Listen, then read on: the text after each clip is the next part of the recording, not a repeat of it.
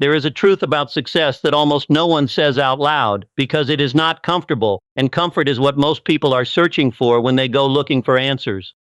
Tonight, if this has reached you, it may not be by accident. You have likely spent years hoping that the right circumstance, the right break, the right person would finally arrive and change everything for you.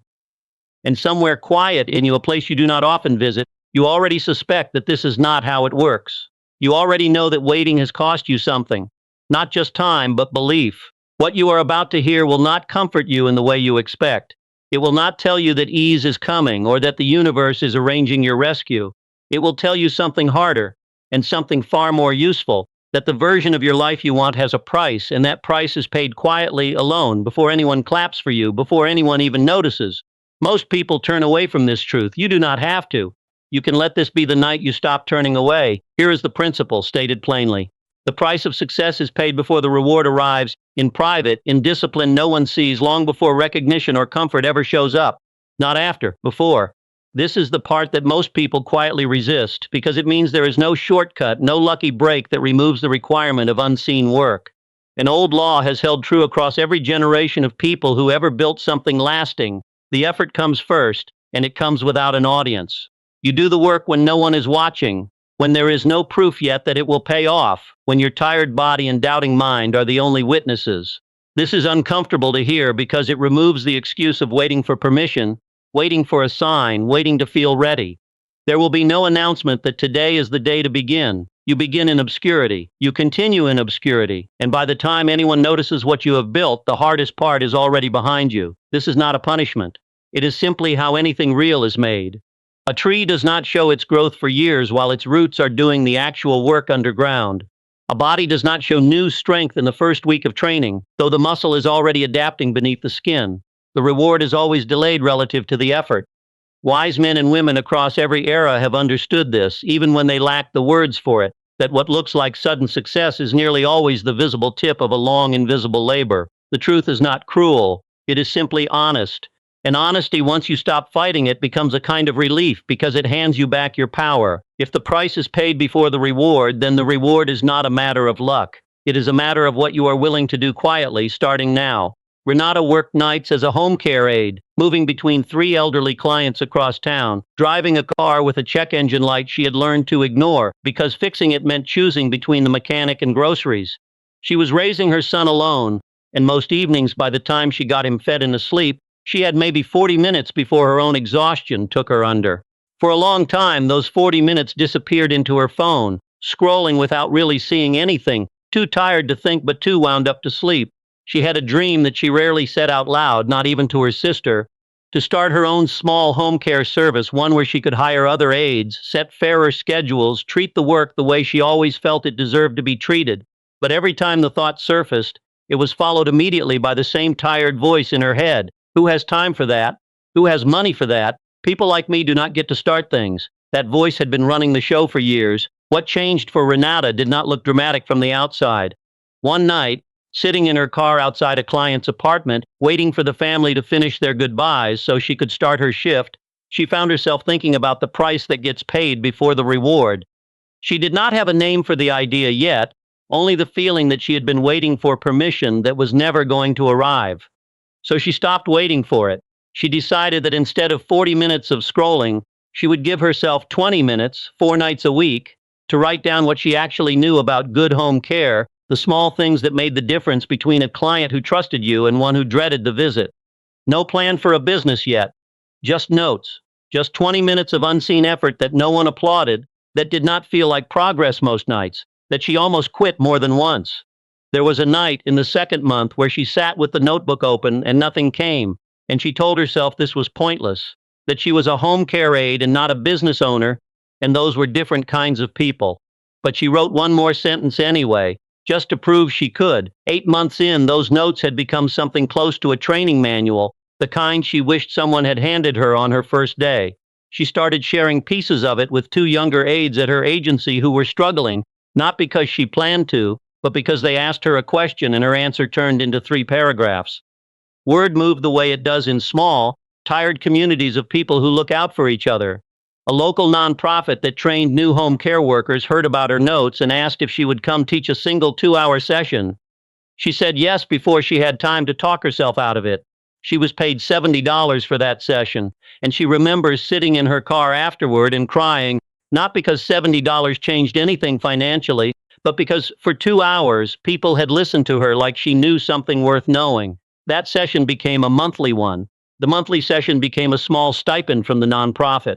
Renata has not quit her aid work, and her business is still small, still mostly her and one part-time hire, still built around a kitchen table and a second-hand laptop.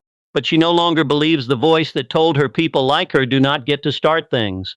She built the thing in the dark, 20 minutes at a time, long before anyone was watching.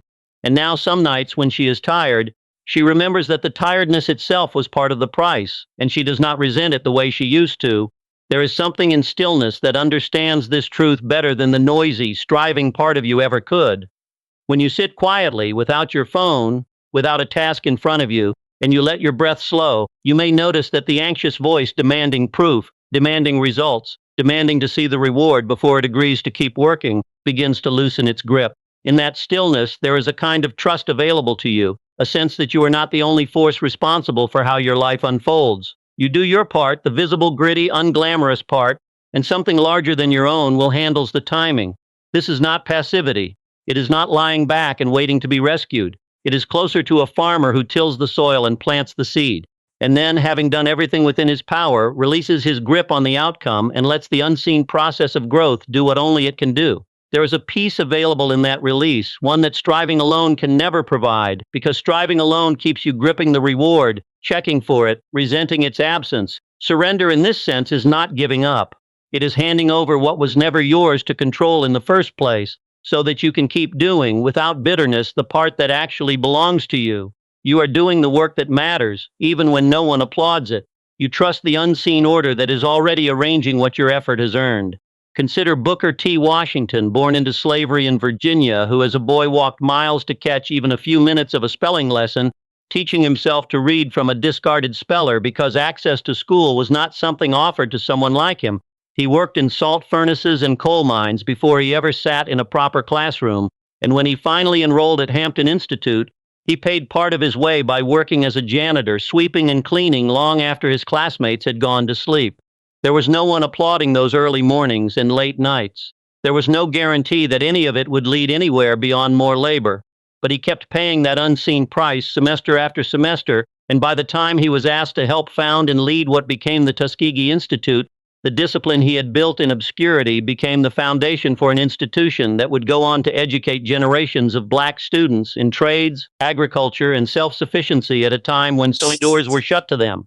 Washington did not begin his life with recognition. He earned it the way the principle describes, quietly, painfully, long before the world had any reason to notice him. His story is a reminder that the price paid in the dark is never wasted, even when for years it looks like it might be. Your own quiet effort tonight is building something the future version of you will stand on. There is an old teaching, told in different forms across many traditions, about a man who spent his final years planting a particular kind of tree that would take decades to bear fruit. A traveler passing by asked him why he bothered, since he would surely die before the tree ever gave shade or food to anyone.